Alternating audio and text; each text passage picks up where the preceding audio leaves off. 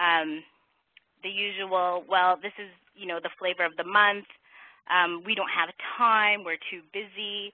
And I'm sure you guys have all heard that many, many times before.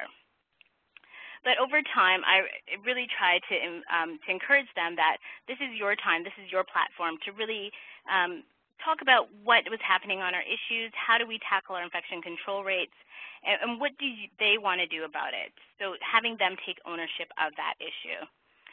What was really great is I started to see a move when people started to see that their improvement ideas were coming into play.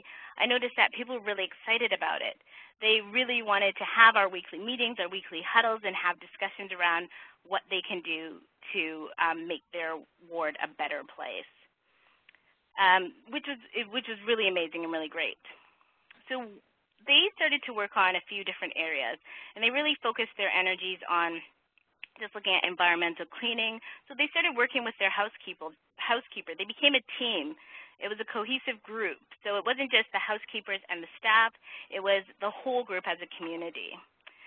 They also looked at the protocols and whether or not we were doing what we needed to do to prevent transmission. So they started questioning things. Are we doing the right things? How do we do things better?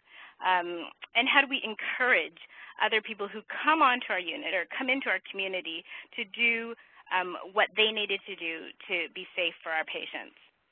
We looked at hand hygiene, reminding each other, have you washed your hands? And it was never a threatening thing for them. It was like a good reminder, like, hey, did you wash your hands? Or, hey, here's some microsan. And a really neat example of that was I was on one of our other units that wasn't doing positive deviance, and I went up to one of the staff and said, pulled them aside and asked them if they had washed their hands.